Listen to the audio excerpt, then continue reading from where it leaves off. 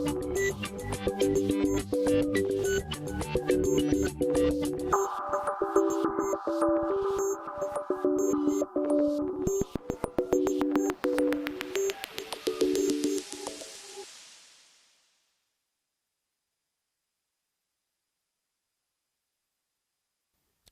gente, vamos seguir com a questão 136, o caso do César. O César, segurado da Previdência Social, vive com seus pais e com o seu irmão Getúlio, de 15 anos de idade. Vejam, César é segurado da Previdência Social, ele mora com os seus pais e com o seu irmão de 15 anos de idade. Os pais são dependentes de classe 2. Os irmãos dos segurados menores de 21 não emancipados são dependentes de classe 3. Logo, classe 2 prefere a classe 3. Evidentemente que desde que o classe 2 prove a dependência econômica. Porque se você tem pais que não dependem economicamente do filho, eles não são dependentes dos segurados. Para que os pais sejam dependentes dos segurados, é preciso que haja prova de dependência econômica. Ok? Nessa situação, o falecimento de César somente determina o pagamento de benefícios previdenciários a seus pais e a seu irmão, se estes comprovarem dependência econômica com relação a César. Questão falsa, essa aqui é uma questão que muita gente cai na casca de banana. Tem um grupo de algumas questões, 20, 30, que eu costumo receber, que são dúvidas que o aluno não concorda com o gabarito. Essa parte, que tanto os pais quanto os irmãos têm que provar dependência econômica, está certo, porque são dependentes da classe 2 e classe 3.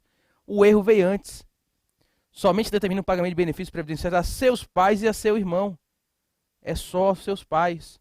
Porque se os pais têm direito à pensão, isso afasta os irmãos.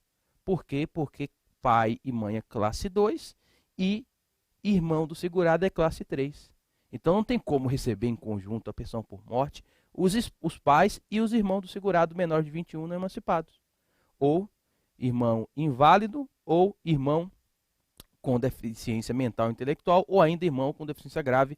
A nova redação, inaugurada desde 3 de janeiro agora de 2016, pela Lei 13.146. Ok?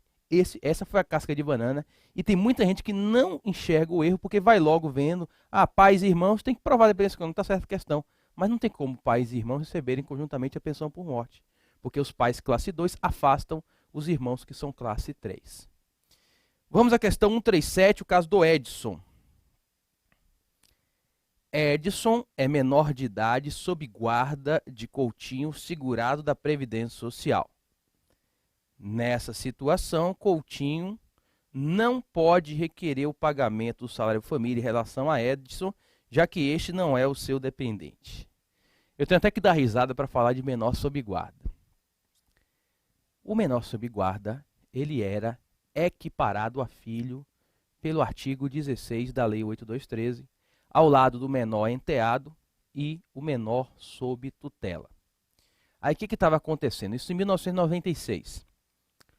Os avós estavam colocando os netos sob guarda judicial, quando os pais dessas crianças tinham condições, na malandragem brasileira, para deixar a pensão por morte.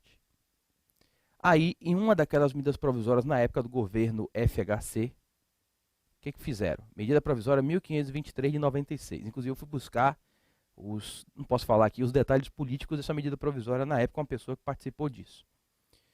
A medida provisória tirou o menor sob guarda do rol de equiparados a filho. E a medida provisória depois foi convertida na Lei 9528 de 97.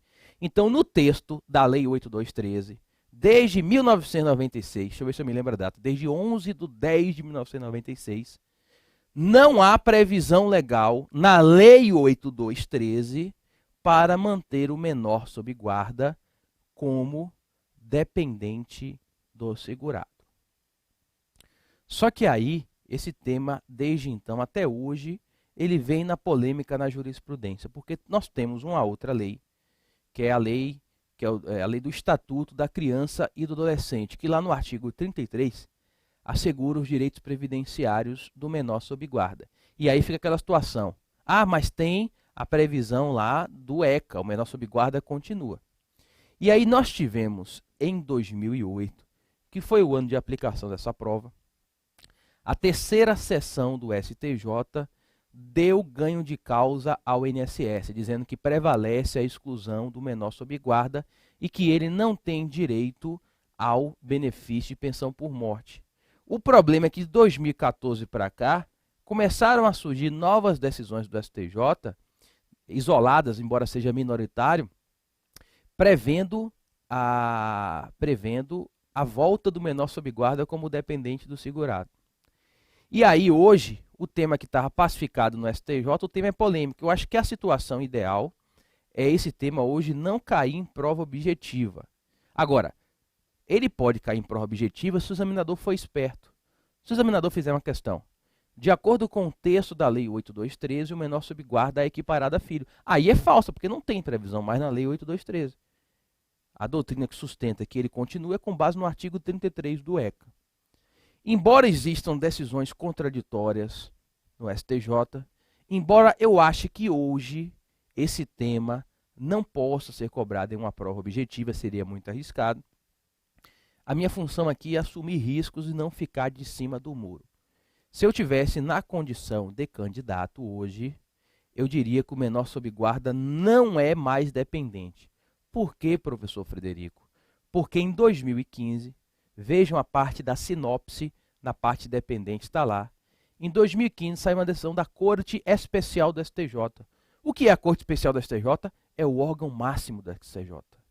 O STJ tem 6 turmas, 3 sessões, e na cúpula lá, com os ministros mais antigos, tem a Corte Especial. E tem uma decisão de 2015 da Corte Especial do STJ, dando ganho de causa ao INSS, dizendo que, de fato, prevalece a exclusão do menor sob guarda. Inclusive, essa questão, na época, ela foi considerada verdadeira. Edson é menor de idade, sob guarda de Coutinho, segurado da Previdência Social. Nessa situação, Coutinho não pode requerer o pagamento do salário maternidade em relação a Edson, a que este não é seu dependente. E foi considerada verdadeira pela exclusão que foi feita do menor sob guarda em 1996 do artigo 16 da Lei 8213 como equiparado a filho. Nós temos mais de uma ação direta de inconstitucionalidade no Supremo, mas não tem decisão do STF até hoje nessa parte de regime geral de previdência social. Tem decisão do Supremo em regime próprio, mas lá é diferente, porque a Lei 8.112, até a reforma de meados de 2015, tinha previsão do menor sob guarda expressa. Então a gente não pode pegar esse entendimento do STF do regime próprio dos servidores federais, porque lá a legislação era diferente, ok? Então, o ideal é que, primeiro, o examinador não cobre. Se ele cobrar, ele cobre malandramente, dizendo assim, de acordo com a Lei 8213, o menor sob guarda é dependente do segurado. Aí é falso, porque não tem na Lei 8213. Mas se ele entrar nesse campo de controvérsia, ele corre o risco de anular a questão. Mas eu, como aluno, marcaria que o menor sob guarda não é dependente em razão da decisão 2015 da Corte Especial do STJ. Eu espero que ele saia de problema. Eu acho que questão polêmica não é objeto de prova objetiva. Para concurso que tem provas abertas, tem peças, aí sim você bota um tema polêmico, mas prova objetiva não pode ser. Vamos à questão 138.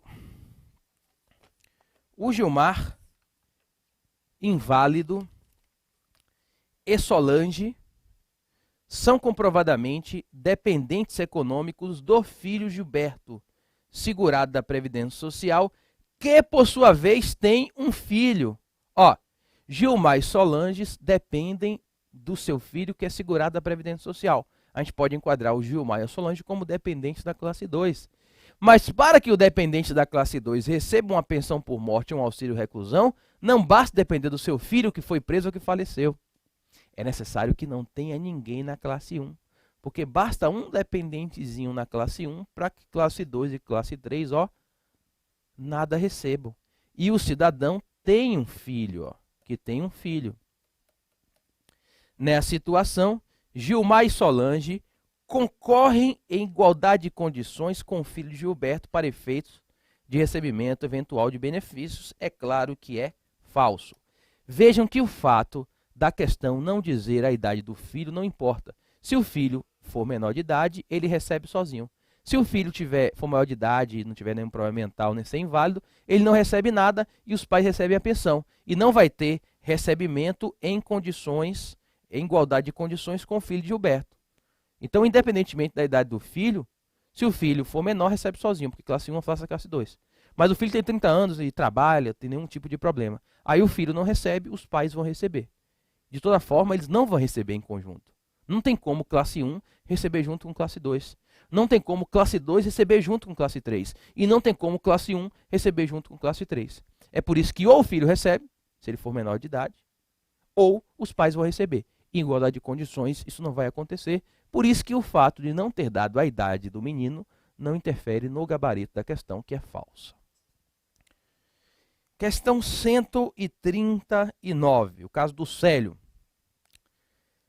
Célio, segurado empregado da Previdência Social, tem um filho com 28 anos de idade, que sofre de doença degenerativa em estágio avançado, sendo, portanto, inválido. Vejam, filho inválido segurado obrigatório da Previdência Social, 28 anos de idade.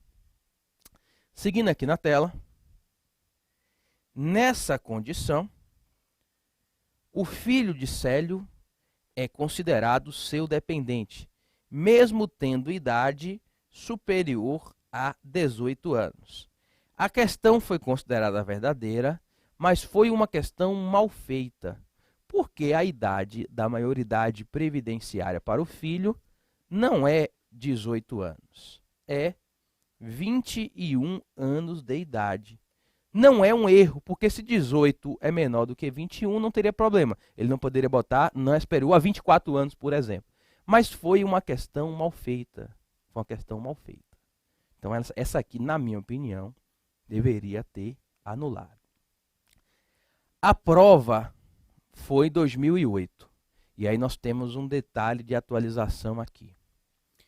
Em 2009, o regulamento da Previdência Social, ao tratar do tema, da parte dos dependentes dos segurados, o regulamento passou a prever a necessidade de que a invalidez do filho ou do irmão seja anterior à maioridade previdenciária. Então, por exemplo, artigo 17 do regulamento da Previdência Social. Logo, para o regulamento, no que é seguido pelo INSS, se esse menino ficou inválido com 25 anos, por exemplo, não vai ter direito ao benefício de pensão por morte, porque para o texto claro do regulamento da Previdência Social, é necessário que a invalidez para o trabalho se dê antes da maioridade previdenciária. A maioridade previdenciária se dá aos 21 anos, podendo já acontecer aos 16 por uma causa de emancipação. A questão coloca, para piorar, que é uma doença degenerativa em estágio avançado. Então, esse tipo de questão hoje tem que anular de qualquer jeito, por esse outro motivo. Vamos supor que a questão dissesse que o Célio ficou, o filho do Célio ficou inválido com 28 anos e era plenamente capaz. Pelo texto do regulamento, não vai ter direito à pensão por morte. Por quê? Porque a invalidez vai ter ocorrido quando ele já tinha deixado de ser dependente do segurado. Isso o texto do regulamento. Está até dando risada. Para piorar a situação, a TNU e o STJ dizem que o regulamento é ilegal. E aí, se a questão nesse caso, ela tem que dizer a fonte, se é regulamento ou é jurisprudência. Porque aí vai complicar demais. Porque nem eu vou saber qual é a fonte da questão. Então, nesse caso, o STJ e a TNU entendem que, mesmo a invalidez após a maioridade previdenciária, ela conserva a qualidade dependente, mas nesse caso é necessário analisar a dependência econômica. Então, nesse caso, se o menino ficou inválido aos 28, não tem nenhuma fonte de sustento e era sustentado pelo seu pai, na justiça consegue reformar a decisão administrativa de indeferimento do INSS. Então, assim, a gente tem que trabalhar com todas essas variantes. Eu acho difícil cair jurisprudência porque não é uma jurisprudência muito divulgada. Então, esse tipo de questão, a princípio, eu sugiro que vocês sigam o texto do regulamento da Previdência Social, que diz que não há direito à pensão por morte e, via de consequência, ao auxílio reclusão, quando a invalidez ela é superveniente à maioridade previdenciária. Ok, pessoal? Vamos à questão 140. O Pedro trabalha em empresa que paga anualmente a seus empregados participação nos lucros de acordo com a lei específica. Em fevereiro de 2008, Pedro recebeu por participação nos lucros da sua empresa, referentes ao ano que passou, o equivalente a 10% da sua remuneração no mês de dezembro de 2007, incluindo 13º salário e férias. Nessa situação, o montante recebido a título de participação nos lucros integrará a base do salário de contribuição de Pedro, deduzidos os valores referentes ao 13º salário e férias. Vejam, aqui a gente já está entrando na temática do salário de contribuição. A PL, a popular PL, participação dos lucros na empresa, integra o salário de contribuição, vai ter desconto de contribuição previdenciária ou não vai integrar? A resposta é depende. E aqui a gente tem que ir para a lei 8.212 de 91, no artigo 28, parágrafo 9º, letra J de João. E o que diz este dispositivo? Diz que a participação nos lucros paga pela empresa não vai integrar o salário de contribuição, desde que seja paga pela lei específica, a lei de PL, a lei 10.101, não precisa conhecer, isso não está no programa. E a questão deu essa informação. Pedro trabalha em empresa que anualmente paga a seus empregados participação nos lucros de acordo com a lei específica. Pronto, a questão não precisa nem conhecer a lei específica. A questão diz que Pedro ele recebe PL de acordo com a lei específica. E a PL paga de acordo com a lei específica não sofre incidência de contribuição previdenciária. É por isso que a questão foi considerada falsa. Ok? Só para aproveitar e pegar o resto, a questão também fala em remuneração do mês de dezembro, incluindo 13º salário e férias. O 13º salário é um tema pacificado, previsão expressa no artigo 28, e tem até uma súmula do STF, que é a súmula 688. O 13º salário, para fins de custeio da Previdência Social, para fins de desconto de contribuição, integra o salário de contribuição. E há desconto de contribuição previdenciária no 13º salário. Por sua vez, conforme o entendimento da lei, da Receita Federal e do STJ, as férias que o segurado goza incidem em contribuição previdenciária. Pelo amor de Deus, vamos diferenciar, porque eu tenho que ir com calma, porque vocês não são da área jurídica. Eu estou de férias 30 dias, certo?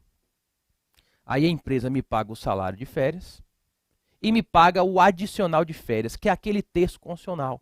Eu saí de férias e recebo o salário mais um terço. O salário de férias foi pacificado, inclusive, agora em 2014, pela primeira sessão do STJ. As férias gozadas, que é aquele salário que eu recebo durante as férias, incide contribuição previdenciária. O problema é o terço, a questão não deu aqui, eu estou só diferenciando para você entender.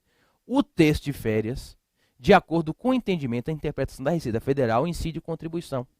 Mas não é essa a posição, ao meu ver, na prova do CESP. Porque o STF e o STJ entendem que não incide contribuição previdenciária sobre o terço de férias. E as questões que eu vejo o CESP cobrar sobre isso, cobram o STF e o STJ. Ok? Bom, seguindo com a questão 141, caso do Rodrigo. Rodrigo trabalha na gerência comercial de uma grande empresa, uma rede de supermercados, e visita regularmente cada uma das lojas da rede. Para atendimento das necessidades do trabalho que faz durante as viagens, Rodrigo recebe diárias que excedem todos os meses 50% da sua remuneração normal. Nessa situação, não incide contribuição previdenciária sobre os valores recebidos por Rodrigo a título dessas diárias. Falso, Artigo 28, parágrafo 8º, letra A da Lei de Custeio. Diárias para viagens, como regra geral, são parcelas indenizatórias. Não incidem contribuição previdenciária, não compondo o salário de contribuição. Mas tem essa exceção aqui do 28, parágrafo 8º, letra A da Lei 8212. Quando a diária é muito alta, o legislador é um bicho desconfiado. Porque tem empresa que bota muita verba indenizatória para não ter incidente de contribuição, imposto de renda do empregado, etc. Quando as diárias mensais superarem a 50% da remuneração mensal do segurado, a lei diz que vai compor o salário de contribuição e vai ter desconto de contribuição previdenciária. E aqui caímos justamente nesta exceção, por isso a questão foi considerada falsa. Vamos agora à questão 142. Maria, segurada empregada da Previdência Social, encontra-se afastada de suas atividades profissionais devido ao nascimento do seu filho, mas recebe salário maternidade. Nessa situação, apesar de ser um benefício previdenciário, o salário maternidade que Maria recebe é considerado salário de contribuição para efeito de incidência. E a questão é correta. Artigo 28, parágrafo 2º da Lei 8212. O salário maternidade é o único benefício previdenciário considerado como salário de contribuição. O que quer dizer isso? Quer dizer que o salário maternidade é o único benefício previdenciário que irá sofrer desconto de contribuição previdenciária. Em 2013, o STJ, na primeira sessão, chegou a afastar a lei, dizendo que não incidia contribuição previdenciária no salário maternidade. No entanto, esse entendimento foi revogado. Em fevereiro de 2014, a primeira sessão, sem pedir desculpas a ninguém, modificou de novo e voltou a seguir o texto legal. De modo que hoje isso é pacificado, está na lei e o STJ segue a lei, não a declara mais afastada.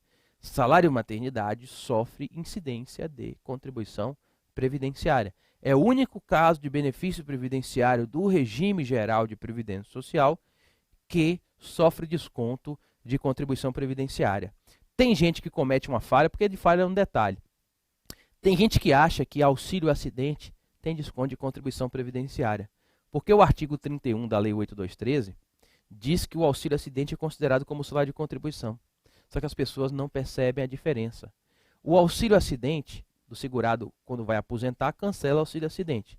Porque desde 97, o artigo 86 da Lei 8213 proíbe acumular aposentadoria com auxílio acidente. O segurado, quando vai aposentar, na hora de calcular o salário de benefício da aposentadoria, o auxílio acidente entra no cômputo do salário de contribuição. Mas é só para fim de calcular a renda. O auxílio acidente integra o salário de contribuição somente para calcular a renda do benefício.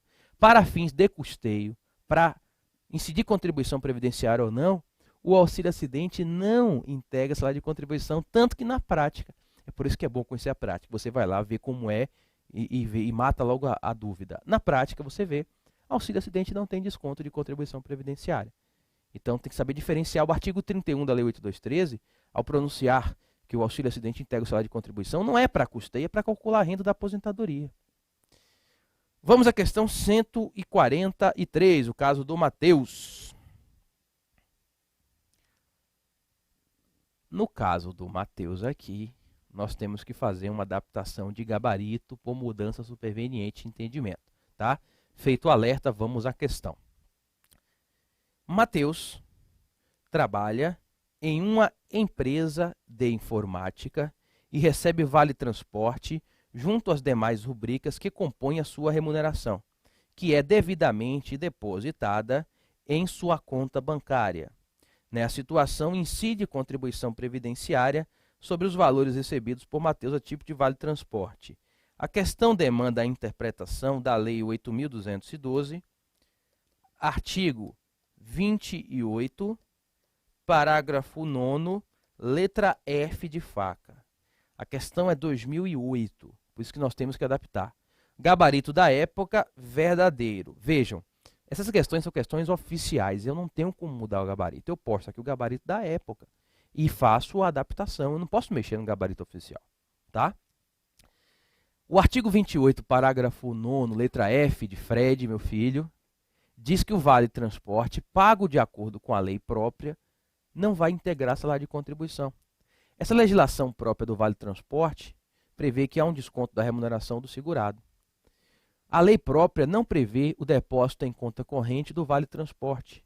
E na época da prova, em 2008, nós tínhamos jurisprudência do STJ dizendo que o vale transporte depositado em dinheiro, por não estar conforme a lei própria, comporia salário de contribuição e iria incidir contribuição previdenciária. Vejam que essa questão aqui foi uma mistura de lei e da jurisprudência da STJ. Essa questão aqui foi jurisprudencial. Por quê? Porque o artigo 28, parágrafo 9, letra F, ele não fala de vale transporte depositado em conta bancária. Então aqui é um misto de lei com jurisprudência. A lei só fala que o vale transporte pago, de acordo com a lei específica, não incide contribuição previdenciária. A lei nem fala depósito direto em conta corrente. Tem gente que fala que não cai jurisprudência em prova do INSS. É uma piada, né? Aí o que aconteceu? 2 anos depois da aplicação dessa prova, teve uma reviravolta. A jurisprudência até então do STJ dizia que o vale transporte pago em dinheiro na conta tinha incidente de contribuição previdenciária porque não estava de acordo com a lei do vale transporte. Aí veio o Supremo Tribunal Federal declarando a inconstitucionalidade da incidência de contribuição previdenciária no vale transporte, né, mesmo que pague em dinheiro na conta corrente do empregado. Esse julgamento foi o recurso extraordinário 478-410, julgado em 10 de março de 2010. Estou com ele aqui. Recurso extraordinário, contribuição previdenciária, incidência, vale transporte, moeda, curso legal e curso forçado, caráter não salarial do benefício. Paga o benefício de que se cuida nesse recurso extraordinário em vale transporte ou em moeda, em crédito, porque o vale transporte dá o vale, não dá o dinheiro. Mas mesmo que pague em moeda, isso não afeta o caráter não salarial do benefício. Admitirmos não possa o benefício ser pago em dinheiro sem que seu caráter seja afetado, estaríamos a relativizar o curso legal da moeda no Brasil. A funcionalidade. Aí só para fechar a parte final. A cobrança de contribuição previdenciária sobre o valor pago em dinheiro a título vale transporte pelo recorrente aos seus empregados afronta a Constituição em sua totalidade normativa. E daqui, esse entendimento hoje é cumprido inclusive pela Advocacia Geral da União, inclusive pela Receita Federal do Brasil, porque foi um entendimento tomado pelo STF em recurso extraordinário. Aqui não dá nem para dizer que a Receita Federal entende diferente, porque isso já foi incorporado internamente na Receita Federal. Então, nesse caso, o vale transporte, mesmo que pago em dinheiro, não incide contribuição previdenciária. E o gabarito hoje não seria verdadeiro, o gabarito seria falso. Ok, pessoal? Mas é necessário fazer esse tipo de adaptação. Aí o que aconteceu? Depois desse julgamento do vale transporte, o STJ olhou para cima. Fez assim, se você liberou, eu vou liberar geral agora, não quero nem saber, porque o STJ tinha um entendimento duro. E aí esse entendimento do transporte, sabe o que o STJ fez? Para evitar que o STF reformasse sua decisão, ele já se antecipou. O STJ ampliou para a alimentação. O artigo 28, parágrafo 9 da Lei de Custeio, diz o seguinte, que a alimentação paga de acordo com o programa do Ministério do Trabalho, que é o Programa de Alimentação ao Trabalhador, o PAT, não incide contribuição previdenciária. Tem empresas que pagam em dinheiro, botam lá, R$500 de vale alimentação. Aí o STJ falou o seguinte, já aproveitando esse entendimento do STF no transporte, nós estamos mudando a nossa jurisprudência sobre alimentação.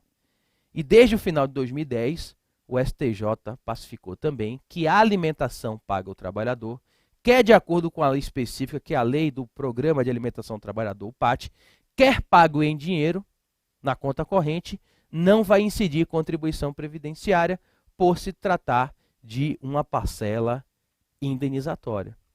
Só que nesse caso da alimentação não tem jurisprudência ainda do STF, mas é um caso análogo à jurisprudência do transporte. Então, para a jurisprudência, transporte e alimentação, quer pago pela lei específica, quer pago em dinheiro, não vai sofrer a incidência da contribuição previdenciária.